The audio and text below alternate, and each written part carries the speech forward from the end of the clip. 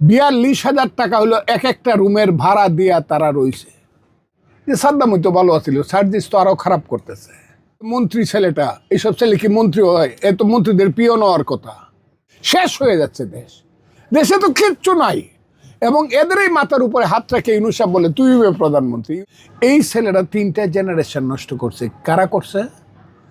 যারা 5ই আগস্টে বলছিল যে এই দেশের মানুষকে মুক্তি দিবে। হ্যাঁ ঠিক আছে, শেখ হাসিনা অন্যায় অপরাধ সব করছে, ফ্যাসিস্ট বললে সেটা আমি মানবো, আমি তো ওদের চেয়ে বেশি বলছি।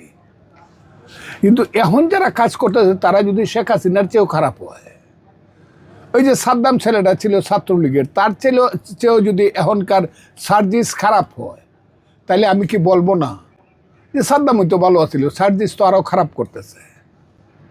এরা যা করতেছে এটি কল্পনা করা যায়। তুমি শুধু 2টা ঘটনা তোমাকে উদাহরণ দিই। এই যে 5ই আগস্টে এই 4টা ছেলে কইছিল, এরাই তো ছেলেদেরকে মারাইছে বলো আর শহীদ করছে বলো, এদের নেতৃত্বে তো হয়েছে। জি, তোমার মা মারা গেছে বাড়িতে, তুমি বিয়া করতে গেলা পাগড়ি পরে, তুমি মানুষ নাও মানুষ? অমানুষ। হ্যাঁ অমানুষ। তোমার শত শত লোক মারা গেছে 5ই আগস্টে, তুমি যাও নাই তাদের বাড়িতে যে কাঁদতেছে মায়েরা 5ই আগস্টকে স্মরণ করিয়া, যে ছেলেরা শত শত বিছনায় পড়ে আছে হাসপাতালে, তাদেরকে দেখতে যাও। তুমি গেলা কই? তুমি গেলা বিমানে উড়িয়া কক্সবাজার। তাও আমি এখনই দেখাইতে পারি তোমাকে। 42,000 টাকা হলো এক একটা রুমের ভাড়া দিয়া তারা রইছে। তা এদেরকে যদি আমি বলি তুই কি রে মহারাজার ছেলে রে, তোর ঘর বাড়ি আমি দেখি না, তোর আমি প্রত্যেকের ইতিহাস আছে, আমার সবার বায়োডাটা আছে। আজকে আমি এখানে কোর্টে গেছি, যারা আমার জুনিয়র তাকে সমস্ত আমার দল থেকে দৌড়িয়া আইনজীবী ফোরামের মহাসচিব ব্যারিস্টার কায়সার কামালদের সবাই বলতেছে ফজলু ভাই এদেরকে এইভাবে ছাইরেন না, তো আমরা এদের বিরুদ্ধে এই করবো, এদেরকে হাইকোর্টে এনে হাজির করবো। আমি বলছি বাইরে এদের সাথে আমি, এরা আমার সন্তানের মতো, একটা ভুল করছে করুক, কিন্তু এরা ভুল করে তো দেশকে ধ্বংস করে দিতেছে। শেষ হয়ে যাচ্ছে দেশ, দেশে তো কিচ্ছু নাই। এবং এদেরই মাথার উপরে হাত রেখে ইউনূস সাহেব বলে তুই প্রধানমন্ত্রী। ইউনূস সাহেব আর একটা, আমি তাকে পাগল বলবো?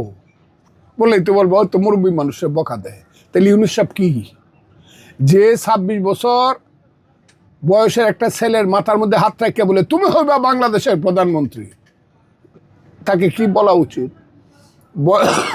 বয়সের একটা লেভেল থাকবে না? আমার যে ইসলাম হয়েছে, আমার যে দিনের নবী আসছে, যেদিন নবীর উপরে জিব্রাইলের মাধ্যমে হেরা পর্বতের গুহায় কোরআন নাজিল হয়, তখন তো নবীর বয়স 40 বছর। জি, এটা তো দিয়েই দিছে 40 বছর। আমার দেশে লেখা আছে কেউই রাষ্ট্রপতি 40 বছরের নিচে কেউ রাষ্ট্রপতি হতে পারবে না। কেন বলে?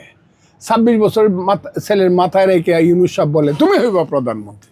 এইসব ছেলেরা তো এখন মনে করতেছে বাবার এই সামনে তো সব তাজমহল, সব কিছুকে এরা দেখতেছে। আর আমাদের মতো লোকজন যারা এদের বাপের বড়, যে বারবার বলি, একটা হেডমাস্টারের বয়স কত হয়? কত বছর বয়সে একটা হেডমাস্টার রিটায়ার করে?